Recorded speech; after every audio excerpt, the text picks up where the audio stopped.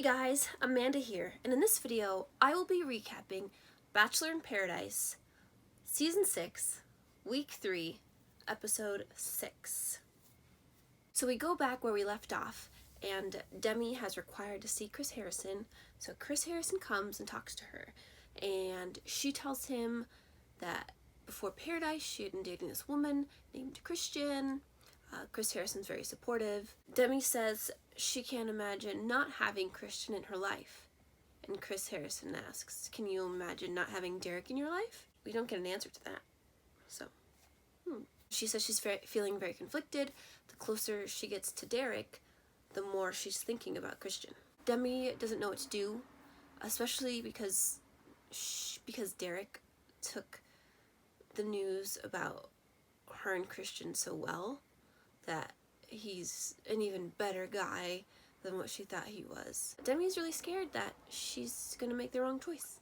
Caitlin is still really interested in Blake after they had their really good date, but Christina's kind of in the way.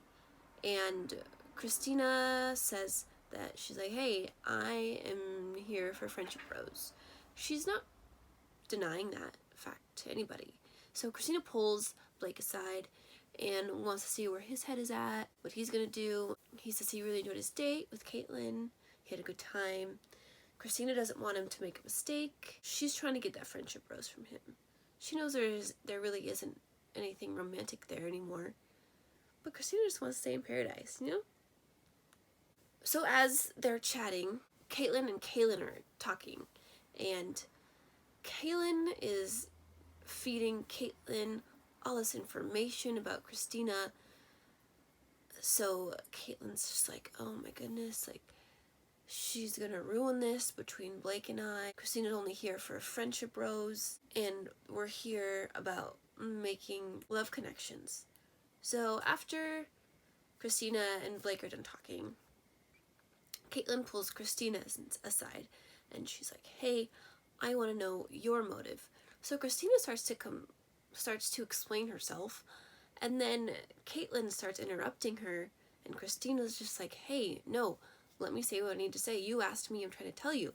And then Caitlin's like, hey, don't get so heated with me. I don't want this to become an argument. Don't take that tone with me. And Christina's like, whoa, you're the one that asked me the question. And then Caitlin's like, I'm not here for an argument. And she gets up and goes, girl, sure. Christina's she's different than how she was, you know, but I'm on Christina's side here.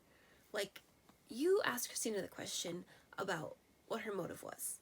And when she's trying to explain herself, you're interrupting her. And then Christina's like, hey, don't interrupt me. And then you say, hey, don't take that tone with me. And Caitlin, she needs to calm herself down. I understand it. I understand her worries. She wants to stay in paradise. She's maybe thinking something will happen with Blake. You know what? Don't worry about Christina. If you know that there isn't anything romantic between them, don't go talk to Christina. Talk to Blake, who you are romantically interested in. You've seen Bachelor and Bachelorette. Go talk to the person you're interested in. Her doing this makes her not look as good in Blake's eyes.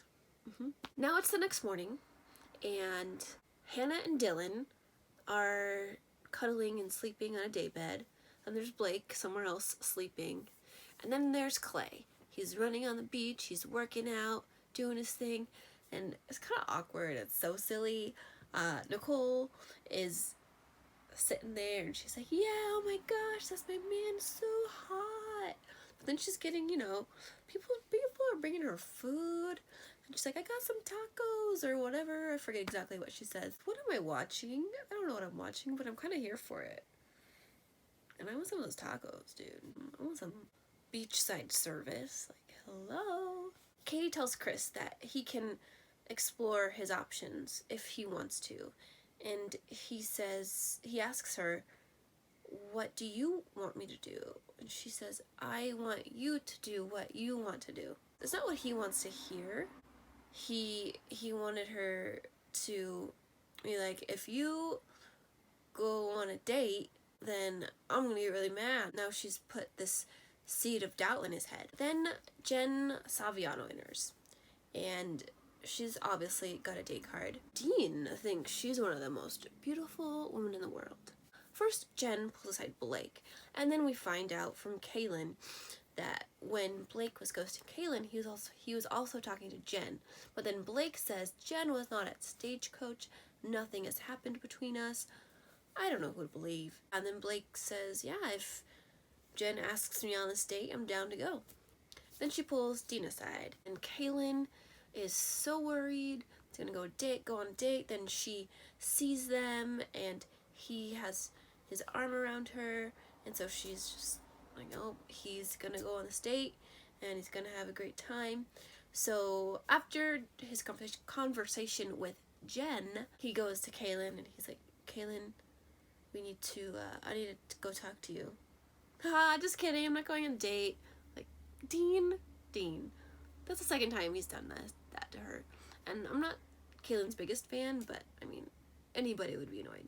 Then Jen pulls Chris aside to talk to him. Crispy was like, yeah, I've been hanging out with Katie and it's been great, but now I'm not so sure if we're on the same page. So Jen's like, hey, let's go on this date. And Chris says yes, and I need to go talk to Katie. So he talks to Katie, and he says, I'm going to go on this date. I think this will bring clarity. And she says, yeah, I want you to go on this date, and I want it to bring clarity for us. So he leaves to go on the date, and Katie is just so mad at herself for saying that. She's just like, why did I do that? I'm self-sabotaging myself. Poor girl. Katie was putting up a wall with Chris, and she's made her bed, and now she's got to lie in it. Him going on this date is a wake-up call for her. So Jen and Chris are on their date. They're on a catamaran, I believe it's called. They're sitting there, they're flirting with each other, taking off their clothes. Not completely though, they still have their bathing suits on, but they take off their outer layers. He's putting a sunscreen on her, they're having a little drink, enjoying their time. Then it gets a little rocky, and the catamaran gets shifty, and Chris gets really sick, and he's puking in the water, and it's not a good time. The date went... When they get back, and before they enter with everybody else, Chris is like, hey, I'm really sorry about what happened. I really want to make it up to you, so I have something special set up for us. They go back in, and they're like, hey, hi everybody. And then they walk off, and Katie's like, where are they going? They came in holding hands. What did I do? Chris and Jen are talking. She asks him, what's your dating history like? What's been going on with you and Katie? He's like, yeah, I really like Katie, but I think we're on different pages. I don't know if we can move to the next level. He says that the next person he invests his time in will be his wife. So he's being really picky, but still open-minded. She's like, yeah, I'm looking for something serious. That's what Chris wants to hear. So then they move on to the hot tub. They're kissing, but Chris is still thinking about Katie. He's also worried about what she said earlier, and he's just so confused. So then Chris and Katie talk. And earlier Derek told Katie, hey, let him know how you feel. He needs to know. So she does. She's like, you know what?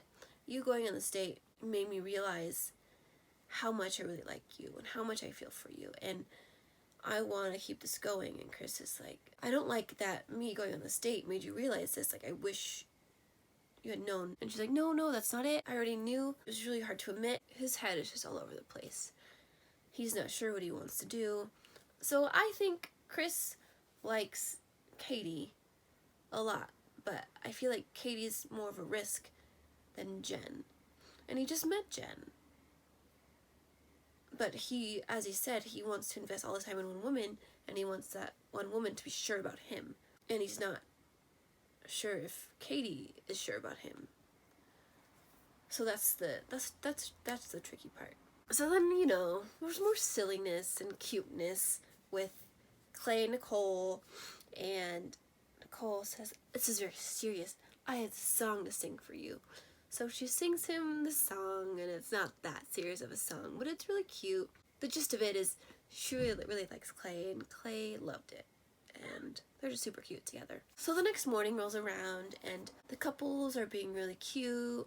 Derek still a little worried about Demi. She's pulling herself away. He just wants to get back to how they were a few days ago. So everyone is sitting around the table. Chris Harrison walks in, and everyone's just like, what is he doing here? So Chris is like, hey, Demi, come here. I need to talk to you. Well, Chris and everyone, they want Demi to find love and want what's best for her. So he sends her up the stairs. And I can tell Demi's like, I don't know what's going on, but she's kind of like walking really fast. And then, dun, dun, dun, there's Christian.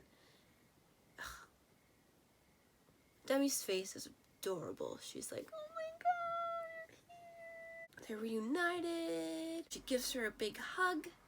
And Christian lifts Demi up in the air, and they're kissing, and they're so cute. And Demi has sand all over her face, and she apologizes for getting sand all over Christian's face. And I don't know how Demi got sand on her face. I'm like, what are you doing, girl? Maybe because they're on the beach, and they're always laying in these beds and stuff. Maybe she was sleeping, and she's rolling around, got on her face, got on her lips. I don't know. Demi and Christian sit on a couch. Demi tells her about Derek. It's really hard for Christian to hear, but she's here for Demi, and that's the only reason why she came. And it was really hard for Christian when Demi left because everything just stopped. She supports Demi and wants Demi to be happy, but it still really hurt her. And Demi says, you know, I've been having a hard time, and I thought that the more time I spent with Derek, the less I would think about you, and it's been the opposite. I've been really conflicted. But the moment I saw you, I knew it was you. Christian, she came here for Demi. And it hurts to hear about Derek. If Demi wants to explore her options, it's going to be really difficult for her, but she wants Demi. So Demi, she's like, hey, I need to go talk to Derek. So she goes, she talks to Derek, and she breaks things off with him. Derek is great. Of course he's hurt, and he's really upset, but he's also really supportive. He wants what's best for Demi. And Demi's like, I'm so sorry. And he was like, I understand, I get it, I'm not mad at you. It just hurts me a lot. Derek just needs some time alone. He's just saying, why am I not enough? Everybody always tells me I'm so great, but then there's always somebody else that gets picked over me. It hurts the same, whether it's a man or a woman. Derek asks Demi if he can go talk to Christian and meet Christian. He says it'll be better for him to meet her first before seeing them around paradise. He goes to talk to Christian. They're just beautiful people. They both want what's best for Demi. There's no hard feelings between them. They both were hurt. They're great. Derek told Demi, oh, I need to meet Christian to get some closure. But that wasn't the fact. He went to go meet Christian because he thought it would make Demi feel better. Because meeting her and talking to her didn't really change how he felt. Great guy. Derek leaves, and then he goes to join everybody else. Like, oh, what's going on? He was like, well, you'll find out shortly. And we go back to Demi and Christian on the couch. Demi's like, hey, what do you think about staying in paradise? This will be a great place to explore and focus on our relationship. So Christian's like, yeah, I'll stay. And Demi's really happy that Christian's gonna stay. Demi brings Christian in to meet everyone, and everyone's thinking, who is this girl? We've never seen her before. Demi introduces her. She's like, hey everyone, this is Christian. We were dating before paradise. I came to paradise to figure out where my heart was, and my heart is with her.